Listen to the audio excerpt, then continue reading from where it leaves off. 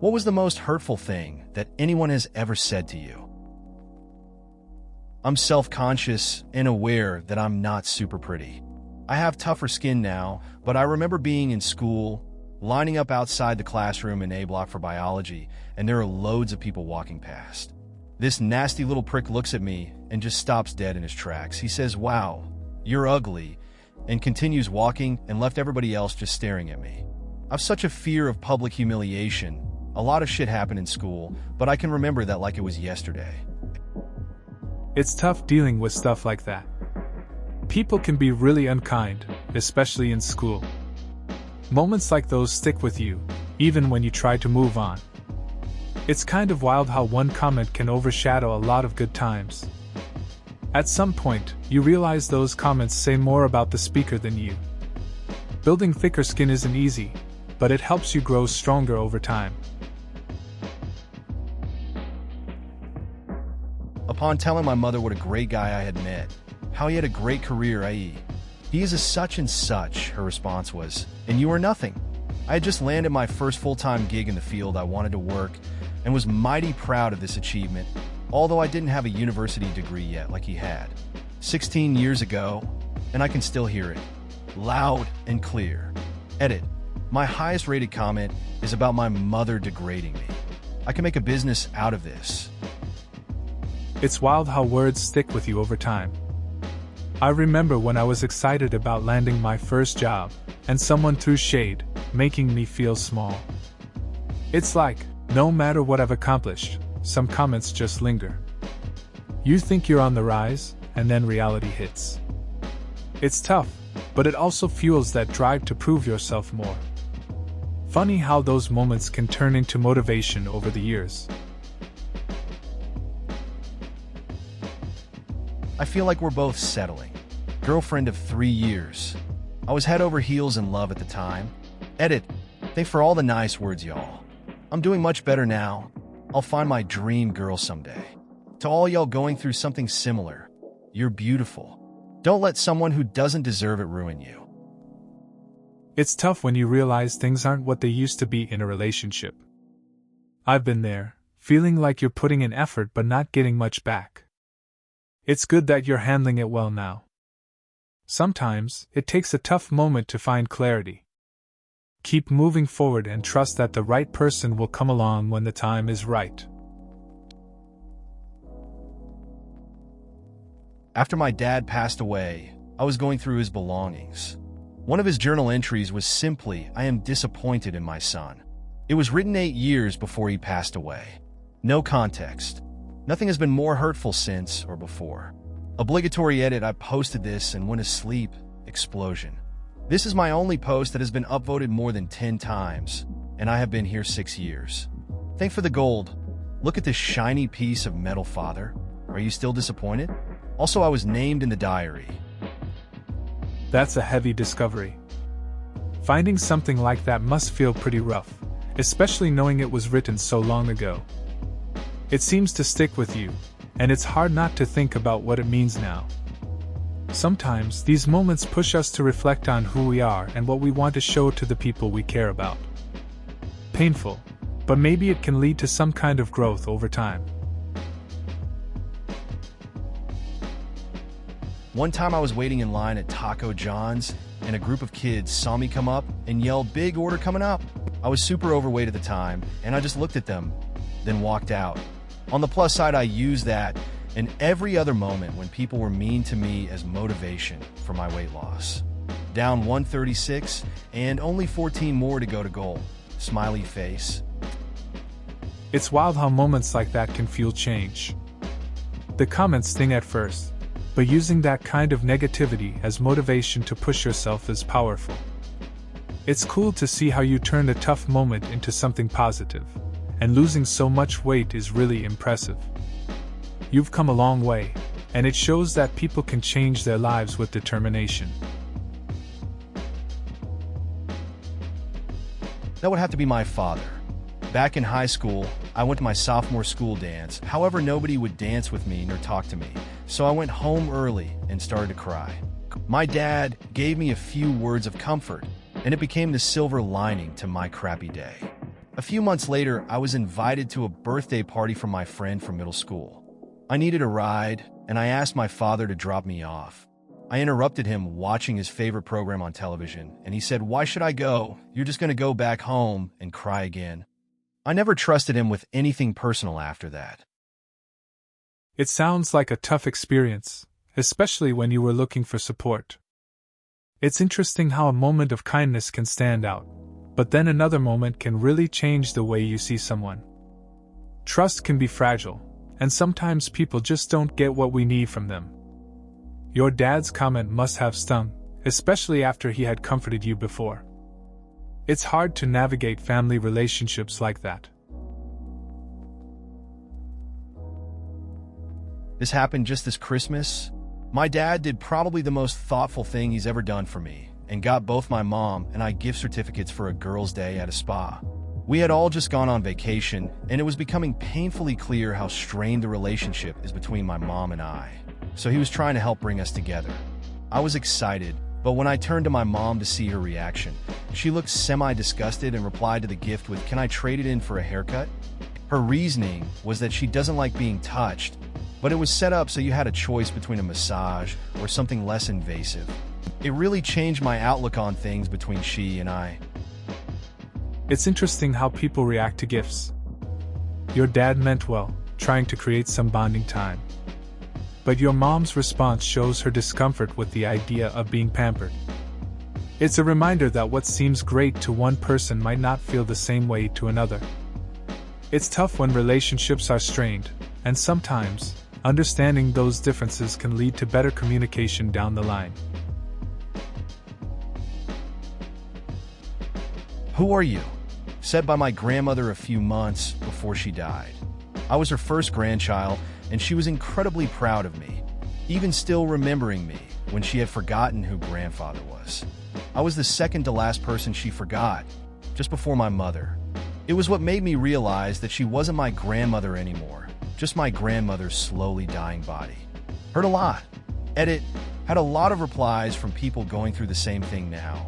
And while I wish I could offer you words of encouragement and tell you it'll get better, I can't. Just make sure you say goodbye to people while you still can. It's tough when you see someone you love fade like that. I remember a similar moment with my own grandparent. They were once so full of life and stories, but toward the end, it felt like I was losing them piece by piece. It hits hard seeing that shift. I guess the best we can do is cherish the memories and make every moment count while they're still around. It's all about those goodbyes. Sister is the pretty one, /you/mizzlefo shizzle is the smart one. I think that messed both my sister and I up really badly. She is really smart as well as pretty, but is desperate to have men take her seriously. This with the fact she is almost done with PT school. And I always felt like I was hideous. And even though I was happy to be smart, trust me when I say it didn't help with my insecurity. It's tough when labels get placed on us like that. I had a similar experience growing up, where my friends were known for their looks while I was overlooked for my skills. It creates this weird pressure to either fit into a mold or prove yourself constantly. My friend eventually got fed up and started focusing on her own goals. It was inspiring, but I still struggled with my confidence for a while. When I was in 4th grade, it was the day that we all got our pictures back from picture day. 2 of the popular girls in my class were looking at the class picture. Then one said to the other, "Who do you think the ugliest guy in the class is?" The other girl pointed at my picture. They both giggled and laughed. I was standing right behind them.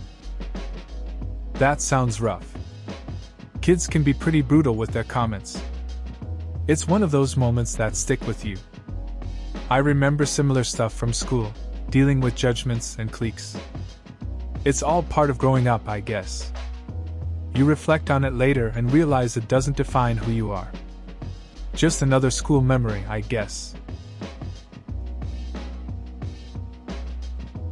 "You will never amount to anything," by a girl who I dated from when I was 17 to 22. She left me for a guy I was rivals with in high school because he had a college education. I graduated college 4 years later and am now working as a successful strategy consultant. She tried to get back in touch when she heard about me. I told her the same thing she had told me when we broke up. Courtney, you will never amount to anything. That's an interesting turn of events. It's wild how things can change over time. She probably didn't expect you to succeed like that. It's a good reminder that what people say when you're young doesn't define your future. You turned things around and proved her wrong, which has to feel pretty satisfying. Life has a funny way of working out sometimes. Why do you keep calling and texting me when you aren't really a part of my life? Said to me by my girlfriend at the time. We had been together for almost a year. It was a long-distance relationship, but we saw each other 2 to 3 weekends a month and talked daily a week or so later. I went for a job interview in the city she lived in and stayed at her place. I had been applying for jobs for about 5 months nonstop so that I wasn't a 7-hour drive away. She broke up with me that weekend and told me I shouldn't bother switching jobs or moving to be closer to her. I was offered the job and I took it because it was a great job and fuck you. Don't tell me what to do. I remember a similar situation with an ex. We were making plans for the future, but things shifted suddenly. It felt weird to be told not to pursue something that could help us be together. I took a job in a new city, even though it was tough. Sometimes you just have to do what you think is right for yourself, no matter what others say. Life goes on, I guess. One of my co-workers is one of my best friends, and during a particularly busy time at work, we're talking upwards of 18 to 20-hour days. He turned to me and said, "Seriously, I cannot stand you." I know it was because we had spent every waking hour for the past 4 weeks around each other, but damn, that stung. We're fine now. It's funny how stress can bring out the truth sometimes. Spending so much time with someone can push even the best of friendships to the edge. I get why he said that. It's just one of those moments where you're too close for comfort. It stings at first, but you realize it's just part of the grind. At least you guys are good now. That's what really matters. Your beard is weak. I was 4 months into my grow and went on holiday to the States and sea. We were in a mall, and this hugely bearded dude walked past me and said this. It totally crushed me as I was happy with how it was coming on, and we all have to start somewhere. Okay, so maybe not the most hurtful in the thread, but it cut deep with me. It's interesting how a simple comment can stick with you. I can relate to that feeling. A few years back, I was trying to grow my hair out, feeling confident, and then someone made a joke about it looking messy. It kind of stung. You just want to feel good about your progress, no matter where you start. But everyone has their journey, right? At school, someone asked another girl if they could help me out with an English project. The girl replied, "I'm not talking to that," meaning me. God, I don't want anything to do with it. I was 13, and I've never forgotten about it. I'm now 40 years old. I think about it a few times a year.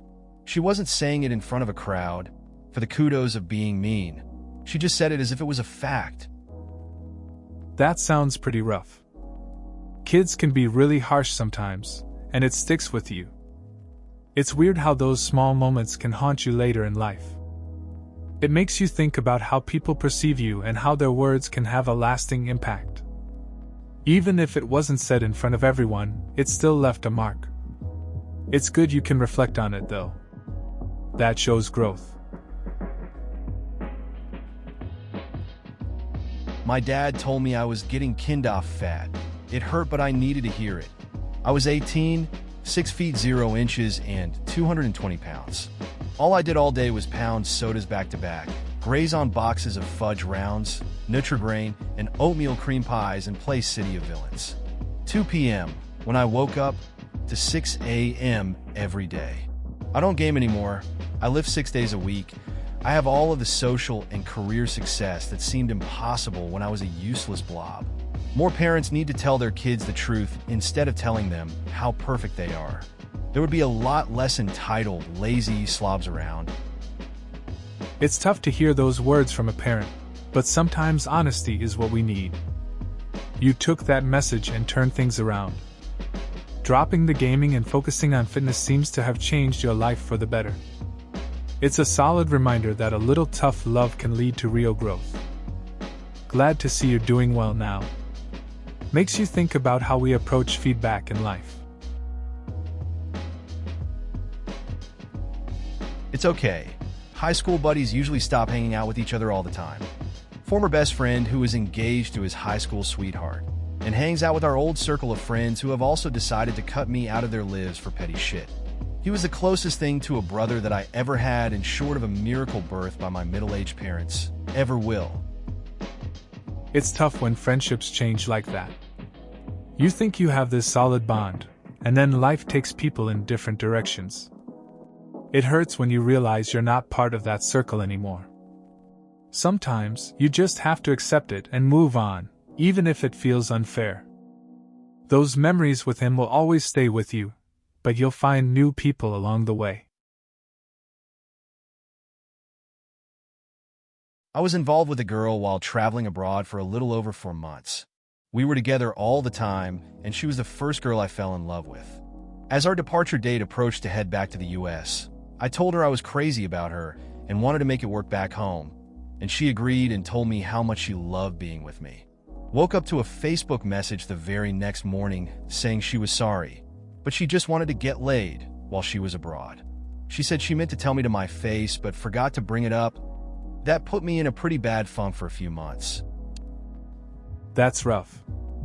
You probably thought you had something real, but then it all just fell apart. It's tough when feelings don't match up.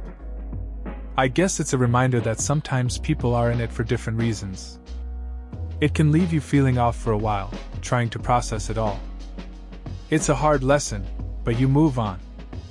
Time usually helps with that, I guess. What are you? I was around 11 or 12 and attended a church, basically just to hang out with my friend. I was the only person of color in the whole church. I'm mixed race. A girl that I knew didn't like me particularly well asked me that question one day. I asked what she meant, but she scoffed and walked off. This was not a unique experience for me growing up in a mostly white town and attending a mostly white school, but something about the way she said it stuck with me. I felt inhuman at that moment. That sounds tough. Being the only one like you can be isolating. It's strange how a simple question can cut deep, especially when it comes from someone who doesn't know you. Growing up in a place where you don't fit the mold can definitely leave a mark. Those moments stick with you for sure, reminding you of how different experiences can be. I have to love you, but I don't have to like you, my mother to me. I'm an autistic who used to have a lot of trouble with emotions and what people meant. Even so, that hurt me. Also, nobody likes you. My sister, brother, and everyone at school like to remind me regularly. Things have gotten better now, but I still go to bed every night hoping I don't wake up. I'm sorry you had to face that. Those words can stick with you long after they're said. It's tough when family dynamics are complicated, especially growing up with challenges. It's good to hear things are better now, but it's understandable to still feel that lingering pain at times. Finding peace within yourself takes time, but it sounds like you're trying. Just remember, it's okay to reach out for support if you need it. I got the Who Are You Anyway? Award after my high school's production of Camelot because no one could remember who I was or what I was doing in the play. The awards were supposed to be a tongue-in-cheek thing, where everyone got something pointing out a minor flaw or mistake, but they actually couldn't remember my name when it came time to give it to me. I was wearing the most colorful outfit. There was a scene where I was one of 2 people on stage, and I spent most of my time backstage hanging out with and juggling for the other actors. That's a unique recognition. It does sound like being a bit overshadowed in the play. It's funny though, because you still had a role in creating a memorable experience for everyone behind the scenes. Juggling can be a standout skill in its own right, even if it didn't translate to the spotlight. Plus, colorful outfits are hard to forget, even if names sometimes get lost in the mix. Surprised this is so far down here. Same one for me. I said something, waited for an answer. She asked me what I said. I repeated it. She paused and turned her back on me. Many years later, I had a fortune cookie that said, "When in doubt, be kind." Really hit me that what I'd been taught growing up, if you don't have anything nice to say, don't say anything at all, was actually more hurtful, and I wondered how many times my silence had hurt someone. I always thought it better to not say anything than to lie, but after reading that, I took it as a challenge to find the kind thing to say, and I do think that's helped me in life. Possibly the only fortune I've ever gotten that really did change my life. That's an interesting reflection on communication. It's true how silence can sometimes hurt more than words. The idea of finding kind things to say instead of staying quiet is a good takeaway. It can really shift how you connect with others. That fortune cookie message seems like a simple yet powerful reminder to be more conscious of our interactions. It's cool how a small thing can have such a big impact on your mindset. This is the one that really hits home for me. I had a friend a while back who I really enjoyed talking to. We were really cool, and I really enjoyed talking with her. Then a week after we met, after sending each other a cumulative of 1,800 plus messages, she just stops. I get nothing, just one final cryptic response. Apparently, she had found a boyfriend and figured it wasn't worth it to even talk to me. It's always tough when you think you've built a connection with someone, and then they just disappear. It's weird how quickly things can change. You invest time and emotions, and then one day, they're just gone. It makes you reevaluate what those messages meant. Guess some relationships don't last past a certain point. Still, it's a reminder that not everyone is meant to stick around in your life. God, this is the worst. Had a best friend I stuck by for almost 6 years before he just dropped me for his other friends and blocked me on everything. Looking back, he was an ass, and they all treated me like shit, but it still sucked to have one of my few friends leave and not even let me know why or when. Losing a friend like that can hit hard. You invest time and emotion, and then they just disappear without a word. It feels pretty rough. It's wild how people can change and choose different paths. In the end, you realize their true colors. It's a tough lesson, but it does help you clarify who's really worth your time. A very similar thing happened to me in high school. I was either going to or coming from the bus area, and this girl I'd never met and never did anything to looked at me once and proclaimed to all her friends, "Damn, she's ugly." Doesn't hurt anymore, but I do sometimes wonder what was going on in her life that she needed such a distraction and her boost. We were all kids and had no clue what we were doing. I still feel that way, but I have a feeling that she was dealing with some difficulties she was far too young to be experiencing. I hope things are a little better for her now, and good for you for developing your sense of humor. Definitely healthy coping. I kind of just withdrew from an early age, still working on overcoming that completely. It's interesting how those moments stick with you. I had a similar experience where someone called me out in a not-so-great way. At the time, it hurt, but looking back, I get it. Kids aren't always aware of their own issues and take it out on others. I guess it shows how we all have stuff going on beneath the surface. It's good you found humor. I'm still figuring out my own way. People who use this as an insult should seriously work on it. It's plain bad. Unless your dad left you a month ago or a year ago, it simply cannot be linked to what you are today. Did he look at the toddler you were and think, "Oh God, it's going to be a huge dick, better run now"? Nah. Whenever I hear that, I just assume the person is running out of argument/insult, and he throw a basic useless shit. I get what you're saying. People throw around insults without thinking. It's like they can't come up with something better, so they go for the easy targets. You know, I had a friend who used to get upset over stuff like this. Eventually, he learned to brush it off. It's wild how something so simple can show a lot about someone's maturity. Just shows how some folks are stuck in a mindset. I'm sorry. I'm so sorry. In all likelihood, it wasn't you, but I said this to someone when I was 10 years old, and it was hands down the meanest thing I've ever said to someone. It's one of those memories that haunts me, and I am so ashamed. I wish I could go back and take it back or apologize. I was petty and had a temper. You were so nice, and you always shared your toys with me, and I smacked you down because I didn't get what I wanted. I am sorry, and I was wrong. You were better than I. It's tough to carry the weight of past mistakes. It sounds like you really regret how you treated that friend. We all have moments from childhood that stick with us, especially when we realize we hurt someone who was kind. Apologizing, even if it's just to yourself, can help ease that burden. It's a reminder to be better in the future and to appreciate the good people around us. There was an entire clique that devoted the first few weeks of 7th grade to build up my social life, and then destroyed in one quick blow. I thought I had found friendship and love, but they were truly a delusion. Liz and her cronies let me sit with their group, though I was never included in anything outside of school, and the boys' clique, headed by Jesse, was eager to join in on the fun. So Jesse and I started dating, or rather school dating, holding hands in English, trying to kiss him, only for him to playfully pull away, connecting for the brief seconds we encountered in the lunch line, and heartfelt confessions about why we chose the names we did in French class. I wrote a long, involved love letter to him, and ran it past Nikki H. in chorus class, only for her to reveal that she was the one dating and having sex with Jesse. Once the game was up, I was abandoned.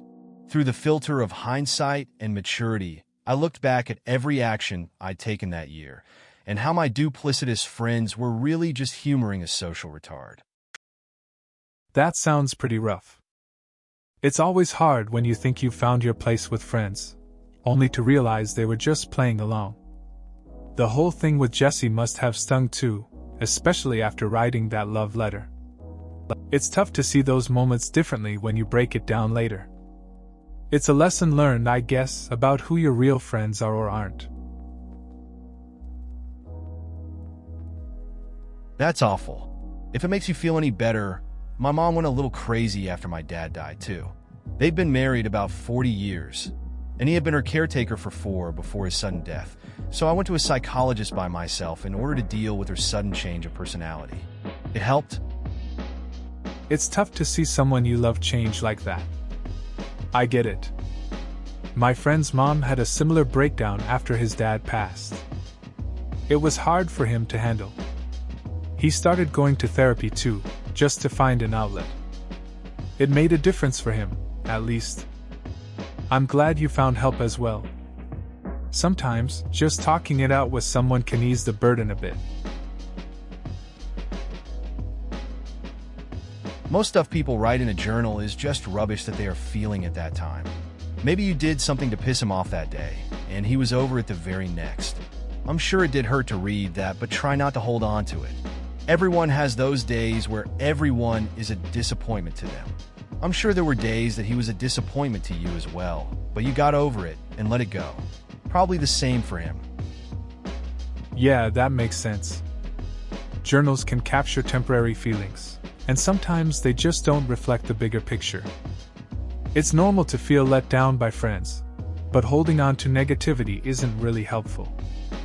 Everyone has off days and says things they don't mean. In the end, moving past those moments keeps friendships intact. It's better to focus on the good times and not dwell on a rough patch. Ugh, I'm sorry. I'm a woman, too, and my mother doesn't like me. It took so long to realize that and admit it to myself. My girlfriends complain about their moms calling them too much and being too involved in their lives, and I would love to have that problem. Last year I almost died. Random freak blood sugar thing. NBD now, and my mother couldn't be bothered to drive 30 minutes to see me in ICU. She told my father, "Oh, she doesn't want to see me." So now I know even if I'm dying, my mother can't be bothered. But I guess there are a lot of girls here who would love for their moms to take a step back. It's tough dealing with that kind of relationship. Realizing a parent isn't as supportive as we hope can hurt. It's rough when friends express their struggles with their moms, and you trade places if it meant having that connection. Your experience with being in the ICU must have been scary, and feeling abandoned during that time only adds to the pain. It's understandable to wish for some of that typical mom attention. You don't have to like or love your parents. Edit. Well, had a long night at the office, and my dad's wife brought in dinner. I work with my dad and brother. I noticed that my inbox was out of control and read this comment because of it. It was slightly awkward out of context, just out loud reading, "You don't have to love your parents" to your dad, who is in most regards awesome. That sounds like a pretty strange moment for sure. It's always awkward when things get said that don't quite fit the situation. I get how it feels to read something out loud that doesn't resonate with your experience. Relationships with family can be complicated, even if your dad is a good guy. Hopefully, it didn't make dinner too uncomfortable. Just another day at work, I guess. The thing about physical beauty is that the longer you're with someone, the more attractive they get. This isn't just romantic relationships either. The funny thing about beauty is that the longer you stare in the mirror, the uglier you feel.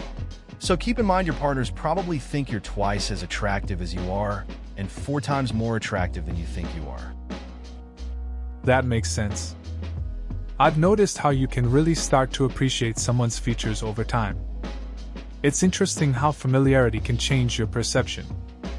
My friend used to complain about her looks, but after dating someone for a while, she saw herself differently. Seems like love can make a person shine, while self-critique just dims the light. It's just a natural process of getting to know someone, I guess. My grandfather was an amazing man. He survived World War II, made an enormous impact on the college students he taught, was athletic, intelligent, artistic, and taught me a great deal about what it means to be a good man. Watching him become weak, lose his intellect, struggle to communicate in even basic ways, and eventually fall into silence, trapped in his mortal shell, was agonizing. He did nearly as much to raise me as my parents did. I hated watching him go like that, losing everything that made him who he was. I understand your pain. Yeah, we'll never forget, but you will get used to it. That's a heavy story. It sounds like your grandfather was a real role model for you. Watching someone you admire go through such a decline is tough. It makes you appreciate the good times and the lessons learned from them. It's good to know that while you'll always remember him, it'll get a bit easier to deal with. Those memories will stay with you. My wife has a fraternal twin sister, so not identical, they don't look alike. The first time I met her mother, at dinner she pointed to my future wife's twin sister and said, "She's the pretty one." I was too dumbstruck to respond. Later, my future wife told me she's heard that her whole life. It still makes my blood boil, especially since my wife, 8 years and 2 kids later, is still one of the most beautiful women I have ever laid eyes on. That's a tough situation. It's strange how people can say stuff without thinking. It must have been awkward for you at the time. I get why it would bother you, especially since you see your wife for who she really is. It's always a good reminder that beauty is more than just looks, especially after years together. You see the real person, not just the surface. Please consider subscribing if you enjoyed. Love.